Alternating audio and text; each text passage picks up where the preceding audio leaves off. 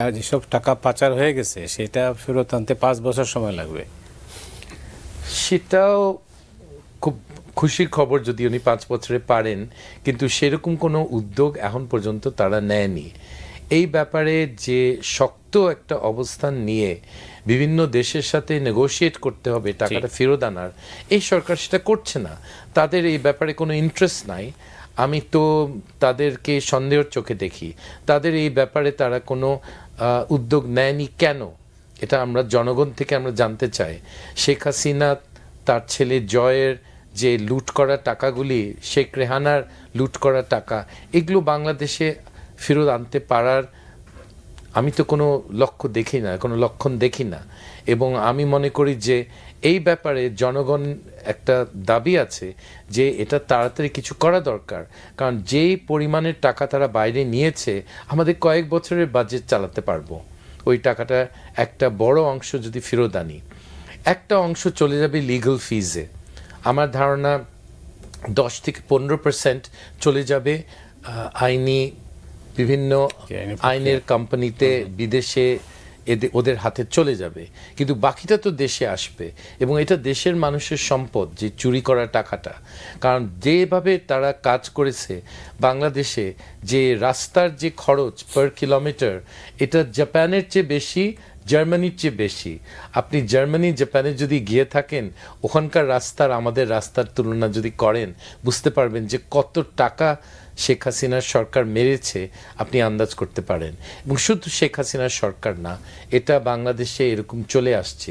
আমাদের দেশে কন্ট্রাক্টর এবং ইঞ্জিনিয়ার এবং সরকার, তারা যেভাবে এই খাতে টাকা মেরেছে, এটা জনগণের কাছে এটা টোটালি অবজেকশনেবল এবং আপত্তিকর। এবং আমি মনে করি যে এটা মানুষ সহ্য করতে চায় না। আর মানুষ সহ্য করতে চায়। কথা বলছেন যে 5 বছরের মধ্যে আনবেন, আমি কমপ্লিটলি একমত।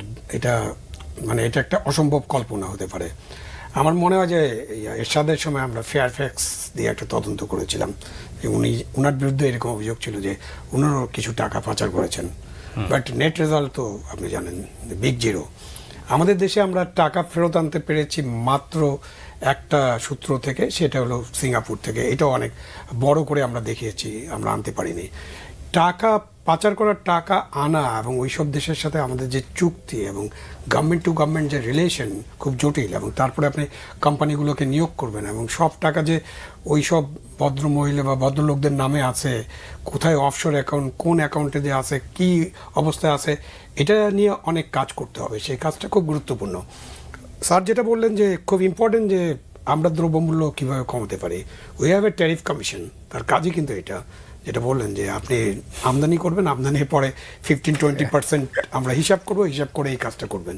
So you have a commission, এবং ওই কমিশনের লোকেরা কাজ করে না, এবং কমিশনের সব এমন লোককে দেওয়া হয় যে, সেই জন্য আমি যখন সিন্ডিকেটের কথা বলি, আমি সিন্ডিকেট বলতে বুঝি যে আমাদের ব্যবসায়ীরা, আমাদের আমলা, গণকর্মচারী এবং আমাদের রাজনীতিবিদরা, এই তিন গোষ্ঠী মিলে কিন্তু সিন্ডিকেট, যেটা হলো ইঞ্জিনিয়ার, কন্ট্রাক্টর অ্যান্ড পলিটিশিয়ানস। তো সেরকম এইখানকার দ্রব্যমূল্য সিন্ডিকেটটা এরকম। তো সেখানে তো এখন ধরে নিতে হবে, মানে ধরে নিতে চাই যে অন্তর্বর্তীকালীন সরকারের যে সিন্ডিকেট বা পলিটিশিয়ান, তারা এই সিন্ডিকেটে নাই। কিন্তু যারা নতুন দল করছেন, তাদের আমি জানি না তাদের অর্থের উৎসে কী হবে, কোত্থেকে টাকা পাবেন, কোত্থেকে তারা দলটা পরিচালনা করবেন। সো এইখানে কিন্তু এটা কমানো সম্ভব, এবং দ্রব্যমূল্যের উপরে একটা হাত দেওয়া যায়। আপনি বাংলাদেশের যে উৎপাদন, সেখানেও কিন্তু আমাদের 5-7টা লেয়ার আছে মধ্যস্বত্বভোগী। এই লেয়ারগুলো খুব সহজে যে দূর করা যাবে এমন নয়, কারণ ওরাও তো, আমাদের তো এমপ্লয়মেন্ট নাই, বেকারত্ব, এই কারণে বিভিন্ন জায়গায় লেয়ার। কিন্তু লেয়ারের বাইরে আপনি চাঁদাবাজি আছে, লেয়ারের বাইরে টোল কালেকশনস আছে সেইটা, এবং লেয়ারের বাইরে আপনার যে পরিবহন খরচ এবং পরিবহন মাফিয়া যে আছে, সেইটা যদি আমরা করতে পারি, একটু কাউন্টার করতে পারি, একটু চ্যালেঞ্জ করতে পারি, তাহলেও কিন্তু দ্রব্যমূল্য কিছুটা হলে অভ্যন্তরীণ বাজারে দ্রব্যমূল্যটাও নিয়ন্ত্রণে আসবে। সো এগুলো করার জন্য যে অ্যাভেল মানুষ দরকার, তো ওইখানে তো আমরা ওনার সাথে, ডক্টর ইউনূসের সাথে আশেপাশে যারা আছেন, সেখানে তো আমরা এরকম মানে মানুষ দেখতে পাচ্ছি না এখনো। এবার রাজা কেবি, আপনার সঙ্গে ভবিষ্যৎ কি, শেখ হাসিনার ভবিষ্যৎ কি? তো এই রাজনীতির সঙ্গে যেহেতু আপনি সম্পৃক্ত আছেন, দেশ দুনিয়া সম্পর্কেও জানেন, এই প্রেক্ষাপটে মানে 5ই আগস্টের এই পটভূমিতে আমরা 6 মাস পরে দাঁড়িয়ে কি বলছি যে শেখ হাসিনার এবং আওয়ামী লীগের ভবিষ্যৎ কি, বা আমরা আদৌ আছে কিনা? আমার তো মনে হয় যে খুনি হাসিনার তাকে ক্রেডিট দিতে হয়, যেই জিনিসটা বিএনপি করতে পারেনি সেটা শেখ হাসিনা করেছে, আওয়ামী লীগকে ধ্বংস করেছে বাংলাদেশে। এই দলটা বাংলাদেশে বিলুপ্ত হয়ে যাবে এবং আমার মনে হয় না 50 বছরে তাদের মাথা তোলার কোনো ক্ষমতা থাকবে। তারা যা করেছে এই 16 বছরে, এটা মানুষের মনে থাকবে, অনেক দিন মনে থাকবে। শুধু কিছু বাঙালি আছে বিদেশে, লন্ডনে, আমেরিকায়, তারা কিন্তু এই অত্যাচারের তারা শিকার হয়নি। তারা কিন্তু আওয়ামী লীগের প্রচুর সমর্থক আছে, লন্ডনে আপনি খোঁজ করেন দেখবেন যে বেশ সমর্থক আছে তাদের। তারা তো শিকার হয়নি, তাদের প্রিয়জনকে হত্যা করেনি শেখ হাসিনা, কিন্তু যারা দেশে ছিল তারা এই দলটাকে ঘৃণা করে। আমি আপনাদেরকে চ্যালেঞ্জ করছি, আপনাদের দাদা, বাবা, চাচা তারা মুসলিম লীগ ছাড়া কোনো দল চিনত না। এই একটা দলের তারা অনুসারী ছিল এবং মুসলিম লীগের 15 নম্বর নেতার নাম, পদবি সব কিছু তারা জানতো। ওকে, কিন্তু এই মুহূর্তে আমাকে বলেন মুসলিম লীগের সাধারণ সম্পাদক কে, নাম জানেন আপনি? বলতে পারবেন না। মুসলিম লীগের সভাপতি কে, আপনি নামটা বলতে পারবেন না। আওয়ামী লীগের সম্বন্ধে এরকম একই অবস্থা দাঁড়াবে। 20 বছর পরে আমাদেরকে জিজ্ঞেস করতে হবে, আচ্ছা আওয়ামী লীগের সাধারণ সম্পাদক কে জানো? আমরা কেউ জানবো না, কারণ এটা গুরুত্বপূর্ণ না। আমাদের দেশের রাজনীতিতে যেই দলটি আমাদের গণতন্ত্রকে 2 বার ধ্বংস করেছে, তাদের তো গণতান্ত্রিক কোনো অধিকার থাকারই কথা না।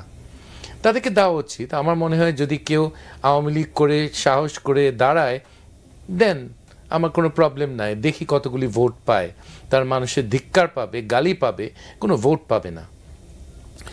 কিন্তু এটা নির্ভর করতেছে আপনার সাকসেস স্টোরির উপরে। আপনি যদি এক্স্যাক্টলি এই সরকার যদি ফেল করে, এটা একটা দুশ্চিন্তার কারণ। তখন লোকে, আমি একজনের কথা শুনেছি যে আগেই ভালো ছিলাম, মানে হাসিনার আমলে ভালো ছিল, এই কথাটা শুনে আমার মনটা এত খারাপ হয়ে গেছে। একটা গরিব মানুষ বলছিল। তো এটা তো অ্যাকসেপ্টেবল না। তো এই সরকারের সাথে আমাদের সবার আমাদের অস্তিত্ব জড়িত। এই সরকারের ফেলিয়ার হলো আমাদের ফেলিয়ার। এদের ব্যর্থতা আমি পার্সোনালভাবে নিচ্ছি, কারণ এটা আপনি যেটা বললেন যে এটা তো আগের সরকারের সাথে তুলনামূলকভাবে লোকে অনেক কথা বলবে। সো এই সরকার যে ব্যর্থ, এটাতে খুব দুঃখজনক, এটা একটা জিনিস। এবং আমরা সবাই স্টেক হোল্ডার এটাতে। যারা শেখ হাসিনার বিরোধিতা করেছি, আমরা সবাই এই সরকারের ব্যর্থতায় আমরা স্টেক হোল্ডার একভাবে। সো আমি খুব চিন্তিত যে শেখ হাসিনার দল গণতন্ত্র ধ্বংস করলো, তার বাপ গণতন্ত্র ধ্বংস করলো, দেশকে একটা দুর্ভিক্ষ উপহার দিয়েছিলেন। তো তাদের যে মানুষ কতটুকু ঘৃণা করে শেখ হাসিনার কোনো ধারণা নাই। আমি একটা জিনিস আপনাদেরকে বলি, শেখ হাসিনাকে যদি দেশে এনে বিচার করা হয়, যদি আমেরিকা হতো, তাকে বিচার করাটা, ডেথ সেন্টেন্স দেওয়াটা খুব কঠিন হতো। বলবো কেন? She is mad. তাকে ম্যাডনেসের কারণে তার উপরে আপনি ডেথ সেন্টেন্স, ফাঁসির আদেশ দিতে পারবেন না, কারণ মহিলার সুষ্ঠু মস্তিষ্কের না, তার মাথাটা খারাপ আছে। এই মহিলা এখনো ভাবে দেশের মানুষ তাকে ভালোবাসে। দিল্লিতে তার স্টেটমেন্ট থেকে বোঝা যায় যে কি ঘটেছে বাংলাদেশে ওর কোনো ধারণা নাই। আমি ওনার সাথে কথা বলেছি। আমি আপনাদেরকে বলছি, she doesn't know how much she is a hated person in Bangladesh. She genuinely doesn't understand. সেভাবে তার বাপকে, তাকে অনেক ভালোবাসে। কয়েকজন ষড়যন্ত্র করে এই সরকারের পতন ঘটেছে, সেটা ভাবে। সাধারণ মানুষ যে রাস্তায় নেমে গেছিল, এই জিনিসটা উনি স্বীকার করেন না। জি, অনেক। এখন যেটা হচ্ছে, যেটা আমি যে প্রশ্নটা করেছিলাম, আপনি দেখছেন তো, মানে এটা কি আপনার কোনো ভিন্ন মত আছে? না, ভিন্ন মত না, মাথা তুলে দাঁড়াতে পারবেন না মেবি, এটা তো দেখতে হবে মানে ভবিষ্যতের জন্য। মানে আমি ঠিক জ্যোতিষের মতো বলবো না যে না এটা চলে যাবে। মুসলিম লীগের ব্যাপারটাকে বিবেচনা করতে হবে তৎকালীন জাতীয়তাবাদী আন্দোলনের বিষয়টা নিয়ে। বাঙালি জাতীয়তাবাদী যে মুভমেন্টটা ছিল, আমরা যে শোষণ বঞ্চনার শিকার হয়েছিলাম পাকিস্তানের কাছ থেকে, সেটাকে তাদের নেতৃত্ব বুঝতে পারেনি যে বাঙালি এত দূর চলে যাবে, এবং ফ্রম 48 তাদের পতন শুরু হয়ে যায়।